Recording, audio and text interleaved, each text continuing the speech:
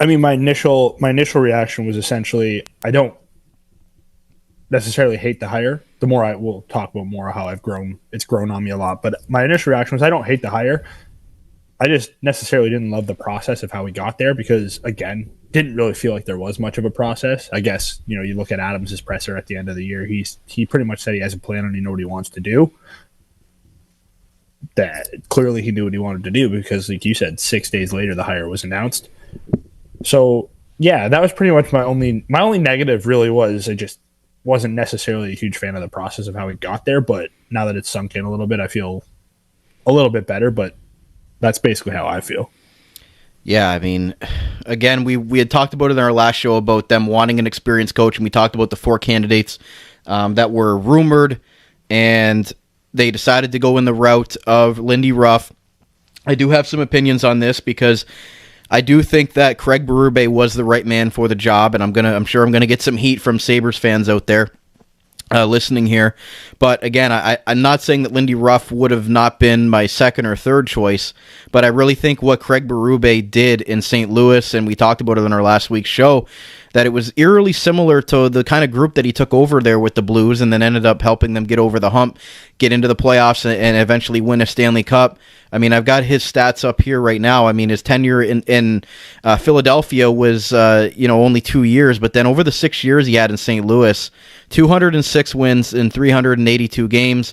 And again, the last couple of years were kind of a tailspin there, and there were some rumors about him and certain players not getting along anymore. So again, that Stanley Cup, it was back in 2018-19, so it is a little bit of history there. But I just think where the Sabres were, Berube would have been my number one hire, but I'm not going to, as you mentioned, bang the table about Lindy Ruff coming here, and I'm not trying to kill the vibe of everybody with the videos and the nostalgia factor, which Kevin Adams talked about in the presser, that it wasn't a nostalgia hire, which we'll get into in segment 2 today. But again, I'm happy for Lindy, but it wasn't my first choice, and I don't think it was yours either. No, it wasn't necessarily my first choice, but like I said in our last podcast, is every experienced coach on the market has some fatal flaws. Every experienced coach on the market has some nice positives. When you look at Lindy Ruff, even necessarily like Greg Berube, Gallant, which seemed to appear to be the final three, like the three main guys that probably would have been the target for this job, they all are kind of similar, right? They're all a little bit older. They've all had success, and they all have that old school vibe, but have been able to adapt to the new school. And I think, the more that like I said, the more I've sat on it, the more I've thought about it. I'm still not the biggest fan of how it seemed like Ruff was like their target right away. Again, not necessarily a bad thing. Like I said, it's just me personally, I'm not a fan of that. However, Ruff checks every box that Adam said he wants, right? An experienced head coach with some success in his resume, one of the most winning coaches of all time. Holds guys accountable, has that, that mentality. He kind of talked about it in his press conference there. But also when you think about it, he said it himself, which again we'll get into later. He has experience with young teams. New Jersey and Buffalo haven't really been all that dissimilar in terms of their age, and he had success with New Jersey. And right or wrong, I still don't think other teams are going to be banging on the door to get Lindy Ruff as their head coach. But if Lindy Ruff got a few saves this year in New Jersey, he's still their head coach. Like, let's be honest, that is why he got fired, is because the team's goaltending sucked. And Dougie Hamilton got hurt. Not because New Jersey is not a talented team. Not because New Jersey plays a boring style of hockey. In fact, New Jersey played an anything but boring style of hockey under Lindy Ruff, which I think, again, we'll get into now or later, whenever, is some of the narratives around Lindy Ruff were a little bit odd to me, because even back when he had success with the Sabres, he played, he had a balanced lineup, but he played a run and gun, highly skilled style of hockey. He did that in Dallas. He did right out of the lockout. Yeah, he started that. Yeah, he did it in Dallas. He did it in New Jersey, and he's gonna have to do it again in Buffalo. And he's already talked about that. So, thinking about it, on the ice, experienced head coach. Off the ice, who better has experience with Terry Pegula, has experience in this market, and understands what it takes to succeed in this market, and understands what it's like when you're having success in this market? Lindy Ruff. I think he's one of the few guys that, if the situation needs to arise, will tell Pegula off. because he's worked under Pagula before, and Pagula seems, as evidenced by his press conference, Pagula is a fanboy of Lindy Ruff. So the more I've sat on it, while I'm still not the biggest fan of the process, I'm starting to really like the hire because he just, again, nostalgia is a part of it, obviously, but it's not the main thing. But he just seems like the guy, and it's only a 2-year deal. I want to stress that the fact that it's only a 2-year deal makes me really like this hire because they didn't lock in long-term with Lindy Ruff. Lindy Ruff did not say he wants a 5-year deal, did not break the bank. Let's be honest. I feel like, Gerard Gallant knows who he is, knows that after a couple of years, he fizzles out. Same with Berube probably, but I'm not necessarily sure those two guys were going to want to take a 2-year deal. So I feel like it was a perfect little storm of Buffalo getting Lindy Ruff back. People forget he was a Jack Adams finalist last year. So, yeah, you look at that, and like you mentioned, it's only a 2-year deal, so it's not like they are locking him in long-term, which the Pagulas have been notorious for, and having to, they fired coaches and still paying 2, even 3 coaches on the books at certain times during their tenure of owning the franchise, where they've gotten rid of different head coaches. And I think the 2-year deal is good for both sides to kind of see where they're at, see where Lindy's able to take this team. And I do think that Don Granato did a good job of laying the foundation of the development of this team. But when you bring in a guy like Lindy Ruff, and he talked about it in his presser a little bit, which we'll get into a little bit later, that he's learned a lot since he was in Buffalo the last time, and he knows that he has to communicate with the players differently than when he was here the first time. And I think his track record speaks for itself. I mean, he had a good team in Dallas. He was on a good Rangers team when he was assistant coach on that staff. Again, they weren't necessarily a fan of his special teams there. But then when he got to New Jersey, as you mentioned, he had a good young roster there and really built them up into a playoff team. And they were even a team that people had talked about being a Stanley Cup contender going into this year. But the goaltending just completely fell flat, and Jack Hughes got hurt. Dougie Hamilton got hurt. So I think what you look at from Lindy Ruff and the style he wants to bring, that the Sabres are kind of similar to the Devils as far as their skill set. And I do think that he's going to play an offensive style of game, and I think that's what the Sabres kind of need right now, is to play with their strengths, and they've obviously got a lot of highly touted offensive players. So, I mean, at the time of recording, the time that this comes out, tonight's the NFL draft, and if you're the Sabres and you look at your draft pick cupboard and what you've got, what you've already drafted, so there's high-end skilled forwards there that are still waiting to come up. They've got the Zach Bensons, you've got the Peterkas, you've got the Kulik, you've got the Roseans. So they've drafted a lot of guys here, offensive, talented players that I think are going to maybe flourish under Lindy Ruff, and not necessarily the prototypical, retread, old-school head coach that's going to bury his young talent. Yeah, exactly. And, I don't know if it was, before the presser or after the presser, or I don't remember exactly what it was, but Adams basically said, Lindy's going to have some input on how we build this roster coming out this summer. Because now that Ruff's hired, this is basically all on Adams. Now, Adams is good. Ruff can hold these guys accountable. Ruff can do whatever he wants to do. You have to go out there, and I said this in the last podcast, no matter who's the coach, it's on Adams to get the roster players to help bring this vision to life. Ruff's going to have some input. So you kind of look at New Jersey. What do they have in their top 6? Jack Hughes, highly skilled forward. Nico Hischier, two-way center. Timo Meier, power forward a little bit. They had all these guys, but they also had some guys like Andre Palat who are, two-way, cycle the puck, things like that. So when you look at the Sabres roster, yeah, they have the skill here already. I wouldn't be surprised if you go out and you see a little bit more of... Ruff said it on Sabres Live. We're recording this on Wednesday, so Ruff said it on Sabres Live on Wednesday. Off the rush has been the Sabres' identity. That's going to stay part of their identity, but they have to evolve beyond that. They have to start, being able to generate offense in other ways, because you're not always going to be able to solely rely on the rush. We know they have the players to, attack off the rush. Tage Thompson, Jack Quinn, JJ Peterka, Alex Tuck, Dylan Cousins. They have that. It's going to be up to Adams now to kind of fill out the rest of that roster, and it'll really help bring that vision to life for Lindy. Anyone who's worried about the style of the Sabres play completely changing, we just laid out why it's not going to. Look at the way Dallas played. Look at the way the Rangers played when he was the assistant coach there. Look at the way New Jersey has played.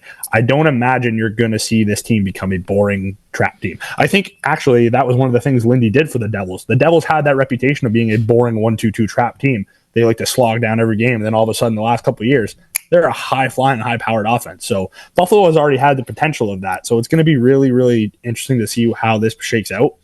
But in terms of Lindy, the coach himself, I don't think there's a lot you can pick apart. I know outside the market, people are saying, they just hired Lindy Ruff back. I know Devils fans are like, well, he hated Alex Holtz. Well, hate to disrespect Alex Holtz. The Sabres' top six is pretty entrenched. I know Quinn and Peterka are considered young guys.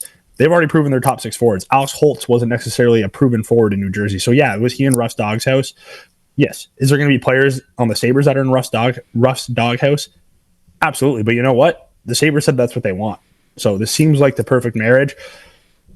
I'm really interested to see how this plays out because the nostalgia in me is very excited about it. But the logical part of me is also saying Lindy Ruff is still a damn good coach. I almost look at Jeff Skinner as a guy that's really maybe got some red flags right now that he really needs to pick up his game, because I look at what Timo Meier and the really regression that he had in New Jersey under Lindy Ruff. I mean, you saw what happens when you're not playing a 200-foot game and you're really just relying on your goal scoring. I think Jeff Skinner looks at that and says, okay, I need to step it up here, or I'm going to look at a guy like Timo Meier and his production, because it picked up once Ruff was gone, but that first half of the season was a complete train wreck for Timo Meier. So again, there's, like you said, there's going to be pros and cons with everything, but I think Alex Tuck, even before the hire happened, his comments spoke for themselves. He said, I'd love to have Lindy Ruff as the head coach, and that was even just in the locker room cleanout. That wasn't even before he was hired as head coach. So maybe he knew an inside info there. Maybe he knew that Kevin Adams had been talking to Lindy Ruff already. We know that the previous relationship there, but I mean, I just look at it, and I'll kind of tie it into our first poll here, where the thoughts on the Sabres rehiring franchise legend Lindy Ruff as their next head coach. 45% said heck yes, and then better and worse options was second at 27.3. That's kind of where I kind of lie there. And then heck no was 18.2%. So again, Sabres fans, a lot of them are again excited because they're thinking with their heart and maybe not so much their brain. But this isn't just strictly a nostalgia hire. I don't think that, and as Lindy talked about, he wouldn't come back if he didn't think he could win. So I think that they still had some, recruiting to do with Lindy Ruff to know that he was coming into a good situation where the team could win. He doesn't want to go through a whole rebuild like the Sabres have kind of been through over the last decade or and a half here. So I don't necessarily disagree that some people would say, oh, it's only a nostalgia hire, but from within and from everything that we're gathering from the organization itself, that really wasn't the case. And it was just icing on the cake that Lindy has such a rich history here. Yeah, no, 100%. If anyone wants to say this was purely a nostalgia hire, I don't agree with that. If anyone, Kevin Adams, saying this is not a nostalgia hire, nostalgia is a part of this, and that's okay. I don't have a problem with that. I still do think that if Buffalo doesn't hire Lindy Ruff, I don't think, all the other teams with openings are hammering down the door to get Lindy Ruff. That's just my personal opinion. Again, doesn't mean that this is a bad hire for Buffalo. I still wasn't a fan of the process. I still think there might have been some other candidates that I personally would have preferred. That being said, you can see it's the more I've sat on it, the more it's made sense. If comparing him to Berube or Gallant, sure, they all have their flaws. I just come back to the intangibles of Ruff knows how to deal with this market. He's been in this market. He succeeded in this market. He knows what it's like. So I really like that. When a guy like Alex Tuck talks about, being excited for playing for a coach, you do have to listen. He is one of the leaders on this team. Tuck's already said he's talked to some other Sabres that have played for Ruff in the past. I think he even said he reached out to Eric Halla, who played, with him in Vegas, but also played for Ruff in New Jersey. So they had that connection there just to get a sense for things like that. So yeah, I mean, let's face it, we are nostalgic about it, but when you take the nostalgia out of it, it doesn't mean this was a bad hire. Like I said earlier in the podcast, I still think Ruff is a damn good hockey coach. I still think, had things gone a little bit better in New Jersey with their goaltending, he'd probably still be there. He wouldn't be fired. Because even after Ruff got fired, it's not like New Jersey skyrocketed and became this amazing team. They still had the same problems that they had always had. They weren't able to overcome bad goaltending and injuries. Well, barring massive regression, there's not going to be bad goaltending in Buffalo next year. Ukko-Pekka Luukkonen is cemented probably as a starter. Ruff even kind of said so in his press conference. if Devin Levi makes the jump to your backup, well, we saw a stint from Levi. Like, he's a very good goalie too. So goaltending will at least be a little bit more consistent in Buffalo, we assume. It just, the issues that he had in New Jersey just don't seem prevalent in Buffalo, whereas the positives in New Jersey kind of seem like they also exist here in Buffalo. So I am a little bit more bullish than I was when this hire was first announced. Is that rose-colored glasses? Not maybe a little bit, but also when you dig deeper into what he was able to do in New Jersey and their roster makeup, what he was able to do in Dallas when he had success there, their roster makeup, he is a good fit for Buffalo, both on and off the ice. And you look at his coaching record there, got it up on the screen. I mean, in New Jersey, 281 games, 128 wins, 125 losses. So again, almost at 500 there. But again, a good season last year. They won 52 games in 22-23. With Dallas, he coached 328 games, had a over 500 record there, 566. And then the Sabres, obviously 1,165 games coached, 571 wins, and a 560 point percentage there. And at the time of his firing the first time, he had, I believe, participated in almost 25% of Sabres games. So either as a coach or a player. So pretty wild there, and he's going to continue on here. But as you mentioned, I do think that there aren't as many red flags as maybe we had anticipated there. And the press conference kind of, reassured that he's, learned some things and he's not just the prototypical retread head coach just coming back for another nostalgia run.